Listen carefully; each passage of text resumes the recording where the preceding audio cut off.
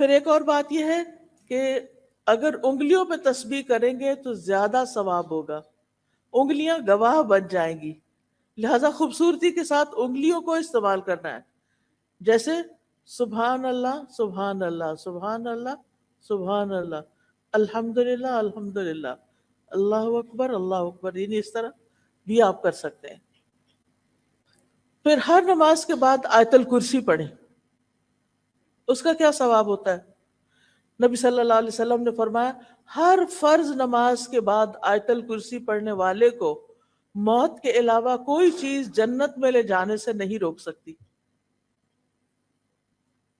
یعنی دنیا میں رہتے ہوئے تو آپ جنت میں نہیں جا سکتے، مرنے کے بعد بھی جنت میں وہ جائے گا جو اللہ کا پسندیدہ ہوگا،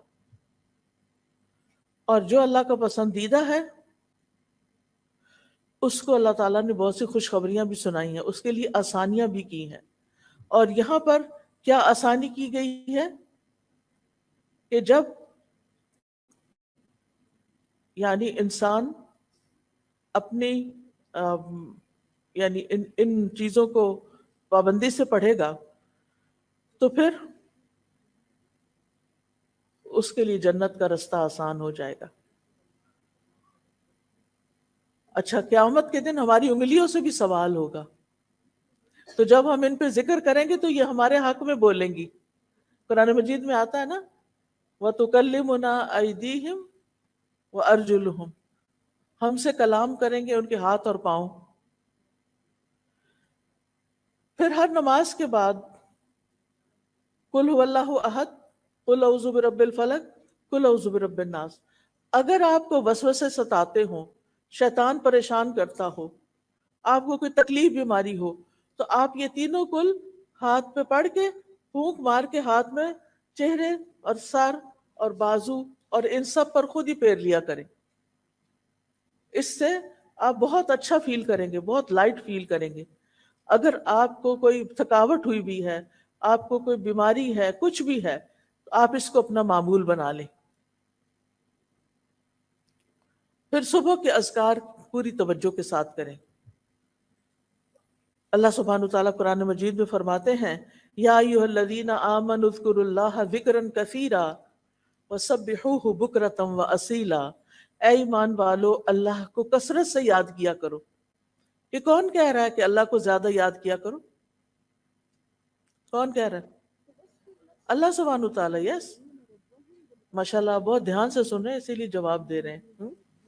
اللہ سبحانہ وتعالیٰ سن رہا ہے۔ اللہ تعالیٰ فرما رہا ہے کہ اے ایمان والو اذکروا اللہ ذکرا کثیرا، اللہ کو بہت زیادہ یاد کیا کرو اور صبح و شام اس کی تسبیح بیان کیا کرو۔ تو صبح و شام سبحان اللہ و بحمدہ پڑھنے والا، جو پوری تسبیح ہے 100 دفعہ پڑھنا چاہیے، پڑھنے والا جو ہے اس کے سارے گناہ معاف ہو جاتے ہیں۔ اور تسبیح جو ہے یہ ڈپریشن کا علاج بھی ہے، انسان کے دل کا غم دکھ پریشانی بھی ختم ہوتی ہے اس سے۔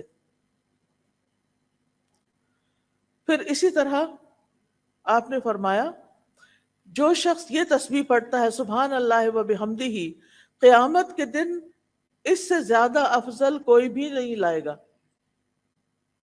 قیامت کے دن اس سے زیادہ افضل عمل کسی کا بھی نہیں ہوگا، اور سوائے اس کے جس نے اس کے برابر یہ اس سے زیادہ پڑھا ہو۔ پھر اسی طرح اگر ہو سکے، جیسے بزرگ خواتین ہوتی ہیں تو وہ فجر کی نماز سے سورج طلوع ہونے تک بیٹھے رہیں مصلی پر۔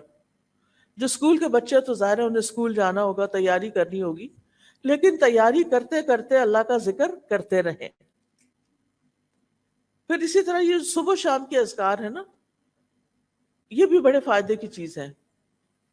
صبح شام کے اذکار کے بارے میں شیخ ابن عثیمین کہتے ہیں کہ صبح شام کے اذکار اپنے پڑھنے والوں کے لیے اس قدر وسیع عظیم فوائد اور برکتوں پر مشتمل ہے کہ اس کا احاطہ نہیں کیا جا سکتا، اس کو بیان نہیں کیا جا سکتا۔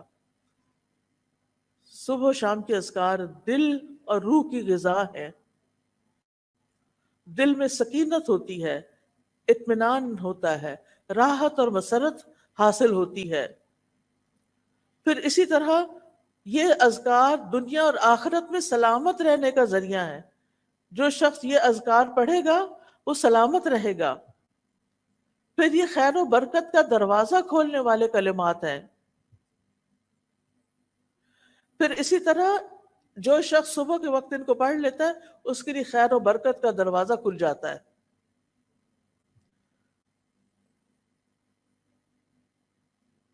پھر اسی طرح انسان شر کے واقع ہونے سے پہلے اور واقع ہونے کے بعد اسے ہٹانے کا ذریعہ بھی بنائے، یعنی ذکر کو. پھر آپ دیکھیے کہ ذکر کرتے ہوئے انسان اللہ کی نعمتوں کو یاد کرتا ہے، اس کی مہربانی کو یاد کرتا ہے، اللہ کے سامنے اپنے عجز و انکساری کا اظہار کرتا ہے. اور پھر یہ ذکر جو ہے یہ انسان کے لیے دشمن کے مقابلے میں جیسے زرہ ہوتی ہے نا، ویسے ہی ہے.